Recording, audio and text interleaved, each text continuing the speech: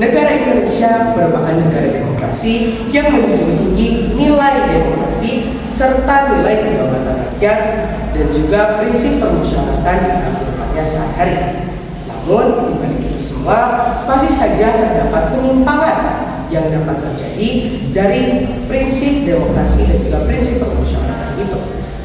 Maka daripada itu, saya Muhammad Fahmi Fauzi dari kelas 12 absen 22 akan membahas penyimpangan-penyimpangan yang terjadi di dalam prinsip demokrasi dan juga prinsip permusyawaratan.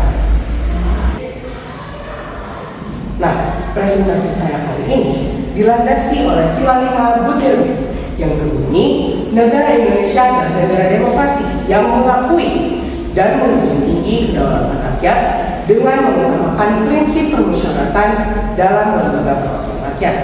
Hal ini kita dapat melihat bahwasanya di dalam landasan ini terdapat dua kata kunci, yang dimana demokrasi dan juga prinsip permusyawaratan. Kira-kira apa ya teman-teman penyimpangan yang dapat terjadi dari sila 5 model tersebut? Kecurangan dalam kehidupan murid. Oke, betul. Tadi sudah disebutkan dari kalian semua bahwasanya kecurangan di dalam pemilihan ketua OSIS dan juga kecurangan di dalam pemilihan ketua murid adalah contoh-contoh penyimpangan yang dapat terjadi dari sila 5 model tersebut.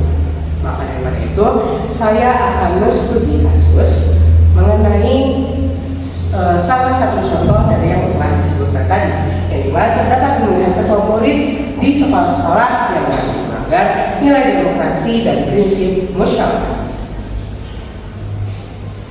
Nah, adapun hal yang melatar belakangi dari penyimpangan tersebut dapat terjadi itu bisa saja karena tidak dilaksanakannya pemungutan suara ataupun adanya ketidakadilan dan ketidakikutsertaan siswa-siswi di dalam pemungutan suara itu sendiri.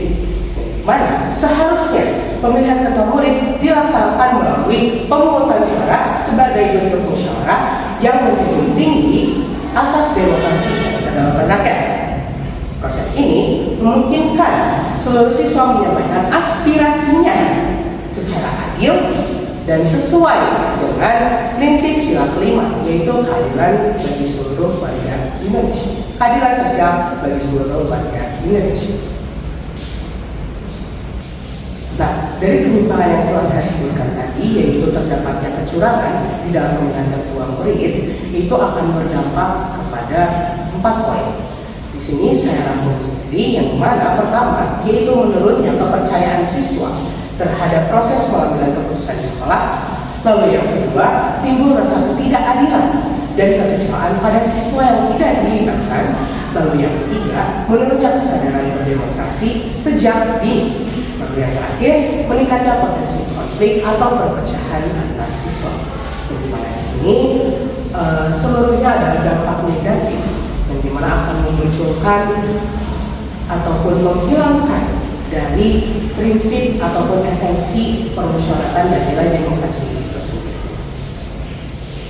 Nah, dari sini saya dapat menarik dan merancang solusi yang bisa meminimalisir dari dampak-dampak tersebut ataupun menekan dampak-dampak tersebut agar tidak terjadi.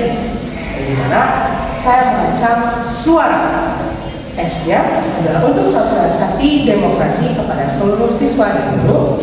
Lalu U-nya itu undang semua siswa untuk berpartisipasi di dalam pemilihan. Lalu A-nya itu adalah atur mekanisme pemungutan suara yang transparan dan terbuka. Lalu N-nya yaitu rangkul guru sebagai pembimbing yang netral dan bukan sebagai penentu. Lalu yang A dan yang terakhir itu adalah awasi proses agar tidak adanya kecurangan. Nah, dari sini kita bisa menyimpulkan bahwasannya guru itu di sekolah bukan sebagai penentu, tetapi sebagai pengawas yang dimana berada di kubu netral dan membantu siswa untuk berdemokrasi dan bermusyawarah dalam pemilihan murid. Nah, kesimpulannya, sebagai siswa-siswi Indonesia yang bijak sekaligus hidup di dalam sila-sila Pancasila, kita dapat mempraktikkannya dan juga menumbuhkan rasa demokrasi dan juga prinsip permusyawaratan dalam kehidupan kita sendiri. Maka dari itu, mari kita tumbuhkan dan laksanakan prinsip demokrasi serta prinsip permusyawaratan dalam kehidupan sehari-hari. Mungkin cukup sekian pemaparan materi dari saya. Apabila ada kekurangan, mohon maafkan. Terima kasih atas pengertiannya. Wabillahi taufiq wal hidayah. Wassalamualaikum warahmatullahi wabarakatuh.